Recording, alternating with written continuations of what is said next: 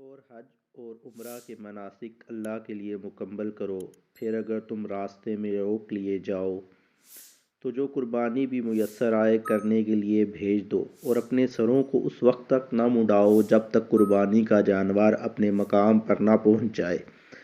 پھر تم میں سے جو کوئی بیمار ہو یا اس کے سر میں کچھ تکلیف ہو، اس وجہ سے قبل از وقت سر مڈوا لے تو اس کے بدلے میں روزے رکھے یا صدقہ دے یا قربانی کرے۔ پھر جب تم اطمینان کی حالت میں ہو تو جو کوئی عمرہ کو حج کے ساتھ ملانے کا فائدہ اٹھائے تو جو بھی قربانی میسر آئے کر دے۔ پھر جیسے یہ بھی میسر نہ ہو تو وہ 3 دن کے روزے زمانہ حج میں رکھے، اور 7 دن جب تم حج سے واپس لوٹو، یہ پورے 10 روزے ہوئے۔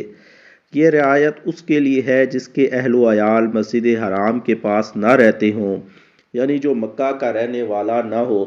اور اللہ سے ڈرتے رہو اور جان لو کہ اللہ سخت عذاب دینے والا ہے۔ حج کے چند مہینے معین ہیں، یعنی شوال، ذوالقعدہ، ذی الحج۔ تو جو شخص ان مہینوں میں نیت کر کے اپنے اوپر حج لازم کر لے تو حج کے دنوں میں نہ عورتوں سے اختلاط کرے اور نہ کوئی اور گناہ، اور نہ ہی کسی سے جھگڑا کرے، اور جو تم بھلائی بھی کرو اللہ اسے خوب جانتا ہے۔ اور آخرت کے سفر کا سامان کر لو، بے شک سب سے بہتر زاد راہ تقوی ہے، اور اے عقل والو میرا تقوی اختیار کرو۔ اور تم پر اس بات میں کوئی گناہ نہیں کہ تم زمانہ حج میں تجارت کے ذریعے اپنے رب کا فضل بھی تلاش کرو۔ پھر جب تم عرفات سے واپس آؤ تو مشعر حرام مزدلفہ کے پاس اللہ کا ذکر کیا کرو، اور اس کا ذکر اس طرح کرو جیسے اس نے تمہیں ہدایت فرمائی، اور بے شک اس سے پہلے تم بھٹکے ہوئے تھے۔ پھر تم وہیں سے جا کر واپس آیا کرو جہاں سے اور لوگ واپس آتے ہیں، اور اللہ سے خوب بخشش طلب کرو، بے شک اللہ نہایت بخشنے والا مہربان ہے۔ پھر جب تم اپنے حج کے ارکان پورے کر چکو تو منی میں اللہ کا خوب ذکر کیا کرو، جیسے تم اپنے باپ دادا کا بڑے شوق سے ذکر کرتے ہو، یا اس سے بھی زیادہ شدت شوق سے اللہ کا ذکر کیا کرو۔ پھر لوگوں میں سے کچھ ایسے بھی ہیں جو کہتے ہیں اے ہمارے رب ہمیں دنیا میں ہی عطا کر دے، اور ایسے شخص کے لیے آخرت میں کوئی حصہ نہیں۔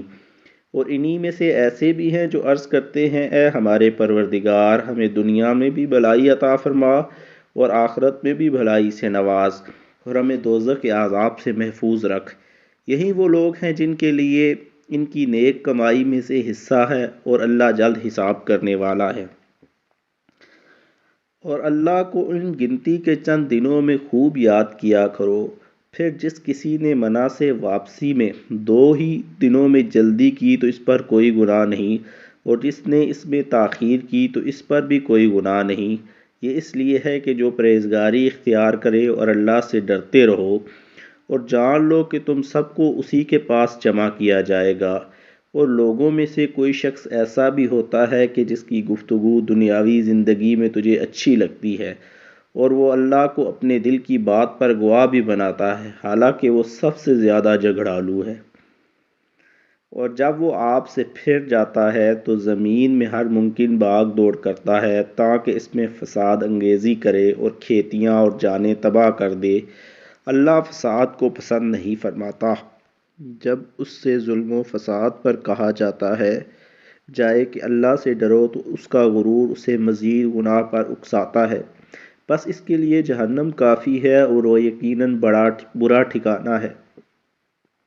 اور اس کے برعکس لوگوں میں کوئی شخص ایسا بھی ہوتا ہے جو اللہ کی رضا حاصل کرنے کے لیے اپنی جان بھی بیچ ڈالتا ہے، اور اللہ بندوں پر بڑی مہربانی فرمانے والا ہے۔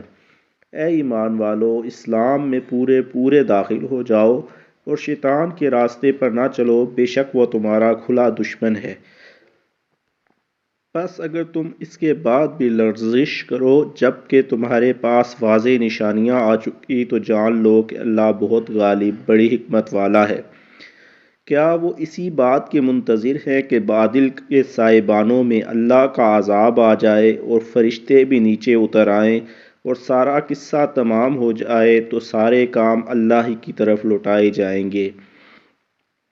آپ بنی اسرائیل سے پوچھ لیں کہ ہم نے انہیں کتنی واضح نشانیاں عطا کی تھیں، اور جو شخص اللہ کی نعمت کو اپنے پاس آ جانے کے بعد بدل ڈالے تو بے شک اللہ سخت عذاب دینے والا ہے۔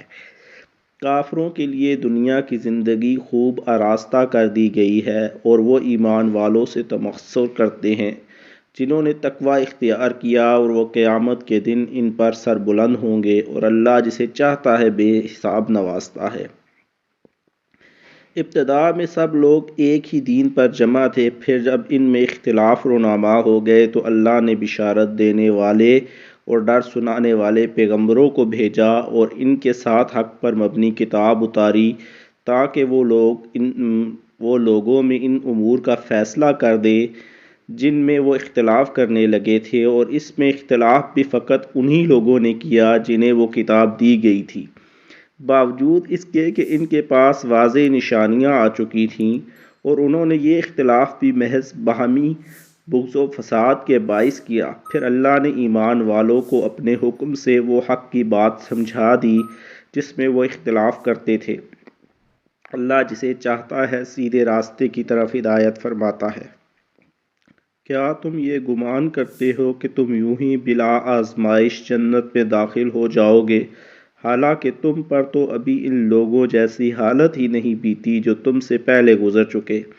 انہیں تو طرح طرح کی سختیاں اور تکلیفیں پہنچیں، اور انہیں اس طرح ہلا ڈالا گیا کہ اس قوم کے پیغمبر اور ان کے ایمان والے ساتھی بھی پکار اٹھے کہ اللہ کی مدد کب آئے گی۔ آگاہ ہو جاؤ، بے شک اللہ کی مدد قریب ہے۔